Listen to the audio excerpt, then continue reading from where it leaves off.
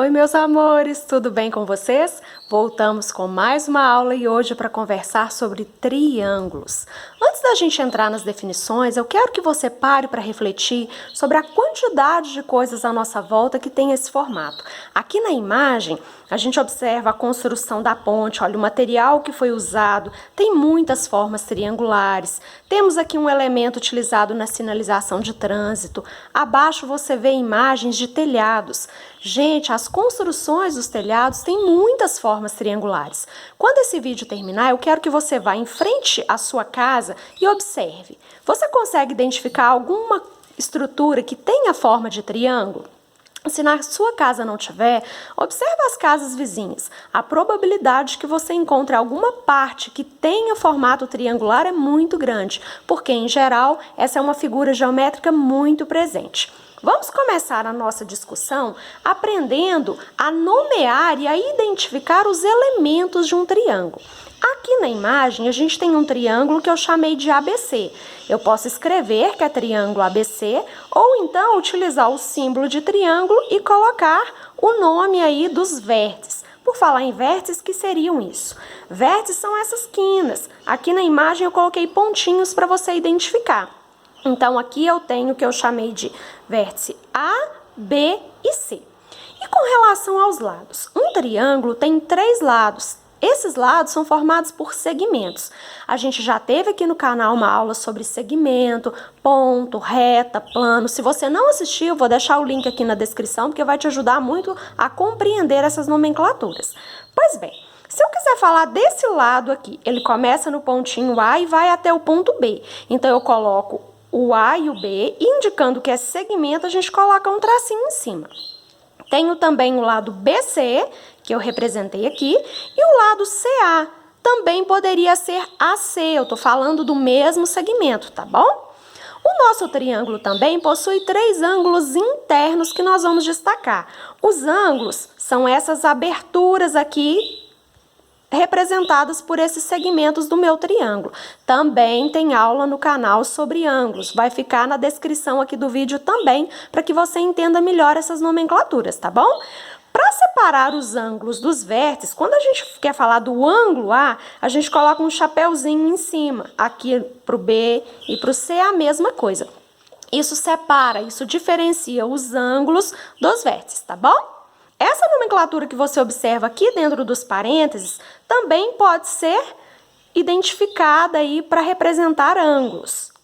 Quando você assistir o vídeo sobre ângulos, você vai entender um pouquinho melhor essa nomenclatura. Por hora, só saber que são os ângulos internos e como identificar. A gente vai agora conversar um pouquinho sobre a classificação dos triângulos, que pode ser em relação à medida dos lados ou em relação à medida dos ângulos internos. Nossa conversa inicial é para classificar em relação aos lados. Aí a gente tem 3 classificações possíveis.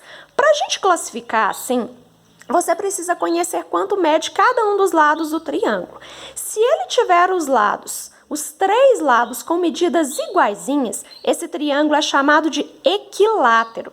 Aqui nessa primeira imagem, a gente tem um exemplo desse tipo de triângulo. Embora não tenha medida aí para você observar e saber se é igual, a gente tem marcações que podem substituir as medidas.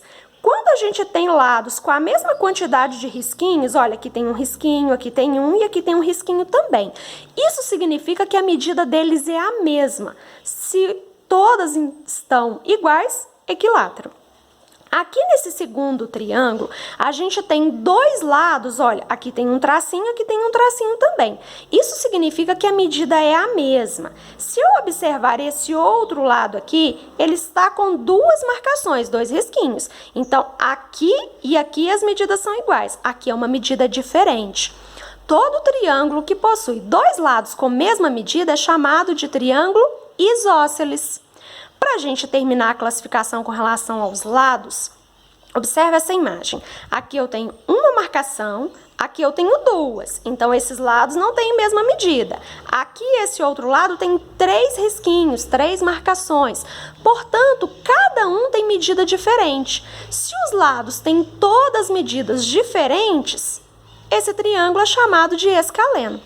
Uma curiosidade que eu já vou trazer para você é que todo triângulo equilátero, além de ter os 3 lados com a mesma medida, tem os 3 ângulos internos com o mesmo valor também. Então, aqui a gente tem os 3 ângulos internos de 60 graus cada um. O triângulo isósceles, lembra que ele tem 2 ladinhos com medidas iguais? Pois é.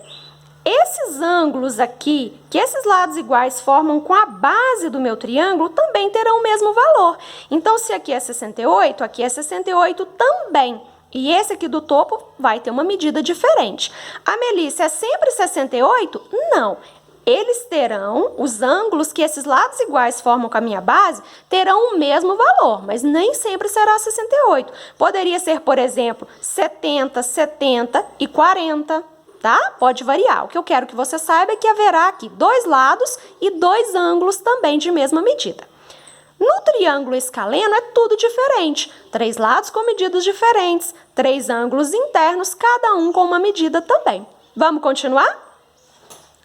A gente vai conversar agora sobre a classificação em relação à medida dos ângulos internos. Como que seria isso, Amelícia? Na nossa aula de ângulos, a gente conversou muito sobre esse ângulo aqui. Ele é tão famoso que tem um nome especial. Quando a gente vê um ângulo representado por um quadrado com um pinguinho no centro, esse ângulo é chamado de ângulo reto. Ele tem medida igual a 90 graus. Todo triângulo que tem um ângulo reto é chamado de triângulo retângulo. Nessa segunda imagem, a gente observa um triângulo que tem 3 ângulos agudos. O que é isso, Melissa? Ângulo agudo é todo ângulo maior que 0 e menor que 90. Quando você tem um triângulo com os 3 ângulos internos agudos, esse triângulo é chamado de acutângulo. Nossa, soou estranho? Eu sei que a primeira vez que a gente escuta pode até parecer, mas daqui a pouco você está habituado. A terceira imagem tem o que nós chamamos de triângulo obtusângulo, que é todo triângulo em que a gente observa um ângulo obtuso. Para você recordar, ângulo obtuso é todo ângulo maior do que 90 e menor que 180. Esse ângulo que está identificado aqui é obtuso. Portanto, o meu triângulo é obtusângulo. Vamos continuar aqui? A gente vai conversar agora sobre uma informação que vai aparecer muito nas suas atividades, que é sobre perímetro. O que é perímetro? Perímetro de qualquer figura, qualquer polígono, é o que a gente obtém somando as medidas de todos os lados. Então, aqui no exemplo, eu tenho um triângulo, coloquei as medidas dos 3 lados e eu quero saber qual o perímetro desse triângulo.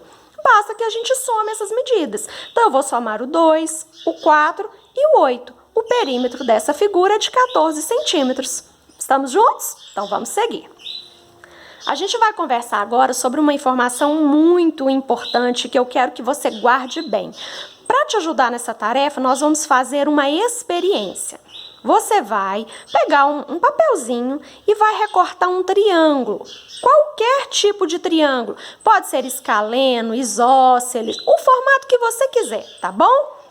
Depois que você recortar esse triângulo, você vai pegar um lápis de colorir ou uma canetinha e você vai marcar os 3 ângulos internos. Olha, os 3 estão coloridos aqui na imagem de vermelho. Eu marquei dos 2 lados, tá bom?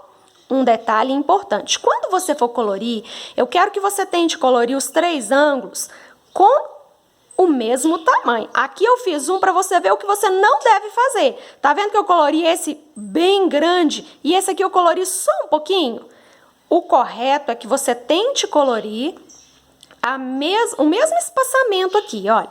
Depois que você colorir, que você marcar esses 3 ângulos internos, você vai fazer o seguinte. Você vai pegar esses 2 ângulos aqui e você vai dobrar eles, colocando um encostando no outro. Mas não é lá no meio da figura que você vai fazer isso não. Você vai colocar eles rentes aqui com esse lado, com a base do seu triângulo, olha. Coloquei os 2, um encostando no outro. Depois você vai trazer o outro ângulo e vai colocar os 3, olha, pertinhos, pertinhos. Viu? Olha aqui na imagem. Quando nós juntamos esses 3 ângulos internos, que figura eles formaram? Reflita um pouquinho. Meia volta, não é isso? E por acaso, você se recorda quantos graus tem meia volta? 180. Eu quero que você, a partir dessa experiência simples, se lembre que em qualquer triângulo, qualquer que seja a forma, né, o isósceles, o equilátero, o escaleno, qualquer um deles, quando você junta os três ângulos internos, o resultado da sominha dos três é meia volta, portanto terá 180 graus. Combinado?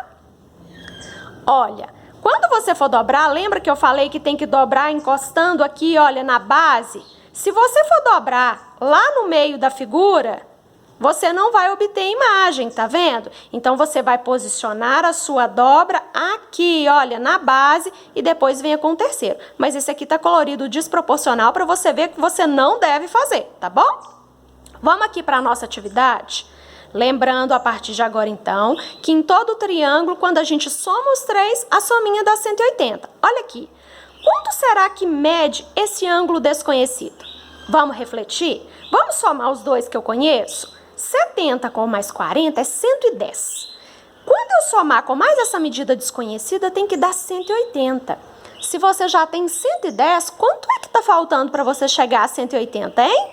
Consegue mentalmente? Se sim, parabéns. Se não, vamos armar a conta sem nenhum problema. Basta que eu faça 180 menos os 110 que eu já tenho. Falta 70. Então, quer dizer que esse ângulo aqui tem medida 70 graus. Estamos juntos? Vamos continuar, então. Preparei aqui algumas atividades para tudo isso ficar bem fresquinho na sua memória.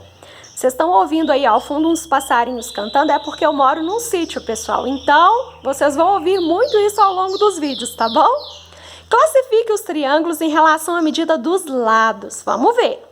Na primeira imagem, nós temos um triângulo que tem dois lados de mesma medida, olha. 4, 4. Esse aqui tem medida diferente.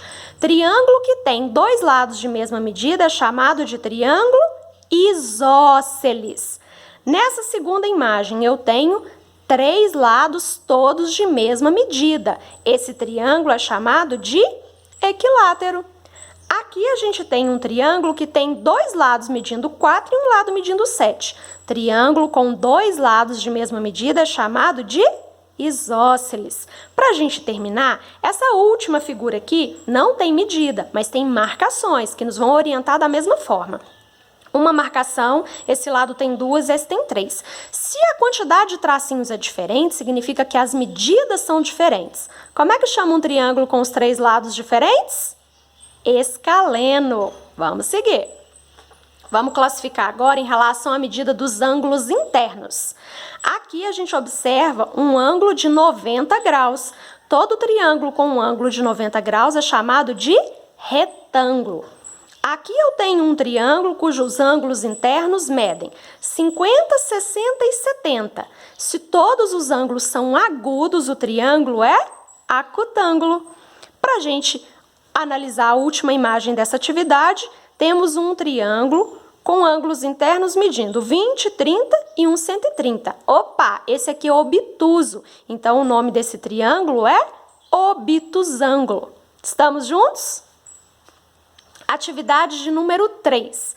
Utilizando 33 centímetros de um fio de arame, Renato construiu um triângulo equilátero. Com quantos centímetros ficou cada lado?